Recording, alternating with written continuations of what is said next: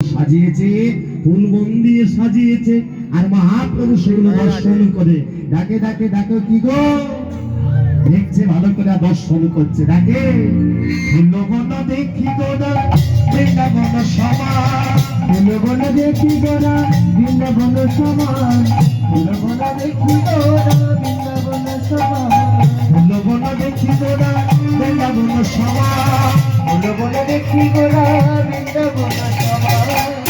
সহচর গানে গোপী গানে হনুমান, সহচর গানে গোপী করে হনুমান, সহচর গানে গোপী করে হনুমান, সহচর গানে গোপী করে হনুমান। যেই না দেখতে পেয়েছে সমস্ত ভক্তগণ, মহাপ্রভু ভক্তগণকে দেখতে পেয়ে ভাবছে, হ্যাঁ গো তোমাকে চেনা চেনা লাগছে, আর তোমাকেও তো চেনা লাগছে, তেমন ঘুমোচ্ছে না, তুমি ঘুমোচ্ছ, তোমাকে আমি চিনতে পেরেছি। হ্যাঁ, মহাপ্রভু ভক্তদেরকে দেখে চিনতে পেরে গেছে, আরে তোমরা কি আমার সেই, হ্যাঁ সেই বৃন্দাবনের গোপী, তোমরা কি এসেছো নাকি? বলে তারাই তো এসেছে, তারাই তো এসেছে, তারাই তো এসেছে, তারাই তো এসেছে বৃন্দাবনের যত গোপী, তারাই তো এসেছে বৃন্দাবনের যত গোপী, তারাই তো এসেছে মধুর লীলা আস্বাদনে, তারাই তো এসেছে মধুর লীলা আস্বাদনে, তারাই তো এসেছে মধুর লীলা আস্বাদনে, তারাই তো এসেছে হরিনামে মেতেই উঠে, তারাই তো এসেছে হরিনামে মেতেই উঠে, তারাই তো এসেছে। যেই বলেছে তোমরা কি বৃন্দাবনের সেই গোপী, তোমরা সবাই আমার গোপী ছিলে, তোমরাই এসেছো। অমনি ভক্তরা বলে, আজ থেকে শিবাস ঠাকুর সবাইকে শিখিয়ে দিচ্ছে, নিত্যানন্দ প্রভু শিখিয়ে দিয়েছে, এই যে শোন একটা কাজ কর, আমাদের গৌর হরি মনে আজকে কৃষ্ণ হয়ে গেছে, যা বলবে তাতেই ওনাকে আজকে হ্যাঁ দিয়ে দিবি, যদি না বলিস তাহলে কিন্তু আজকে অঘটন ঘটে যেতে পারে। মহাপ্রভু বলে, তোমরা কি আমার বৃন্দাবনের গোপী? কি গো তোমরা আমার বৃন্দাবনের গোপী?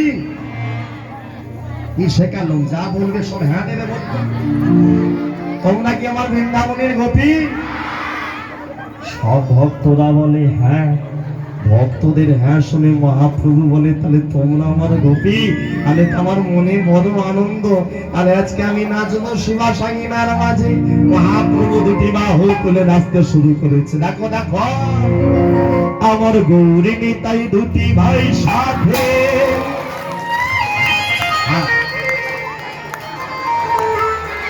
হ্যাঁ বলো এটাই তো আনন্দ, বলো মানে যেই না ভজনের গান শুনেছিল, দু একজন ঝিমিয়ে পড়ছিল, যারা ইঞ্জেকশন পেয়ে গেছে। আমার গৌরী নিতাই দুটি ভাই সাথে, হরি বলে বাহু তুলে নাচে, আমার গৌরী বলে বাহু তুলে নাচে, আমার গৌরী হরি ভাই সাথে, হরি বলে বাহু তুলে নাচে, হরি বলে বাহু তুলে নাচে,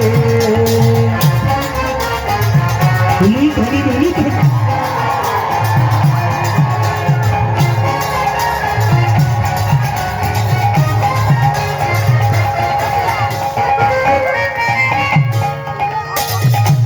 দুটি বাহু তুলে সবাই মিলে একসাথে ভাবে দিতে।